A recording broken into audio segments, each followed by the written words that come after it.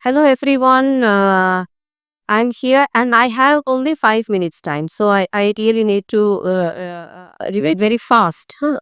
Okay. So as we all know that what is partition and how it happened and what is the partition politics about it, what we call a high politics.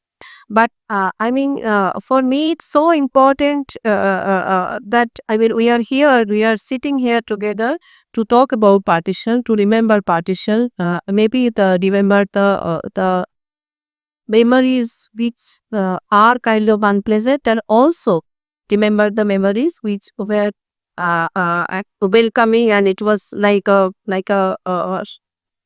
story of shelter, taking shelter for lots of people who have migrated to this land. Okay, so here, what I'm trying to tell you in only these 5 minutes is that how or why partition is so relevant in today's history and why we are here to talk about it. As we all know that India will celebrate or remember the 80th year of partition in the year 2027.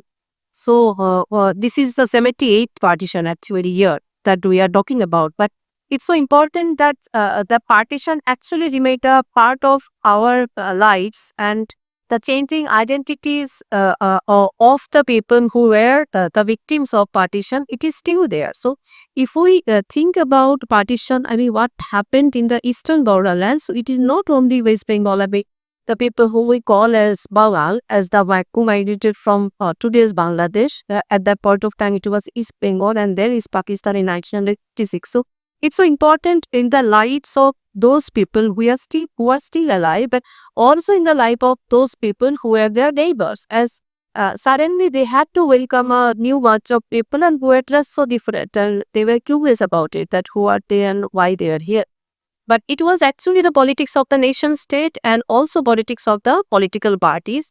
And still now, it remained as politics of the nation state, and it remained as a politics of the political parties. But the thing which actually got changed in these 78 years is that for some people he got uprooted, for some people it's a story of victory, and for a bunch of people it was not a story of victory, who had to adjust and accommodate in this new nation state. But what is important, for India, I believe that India actually could accommodate and accustom with a new system, which is remarkable in different stretches of time.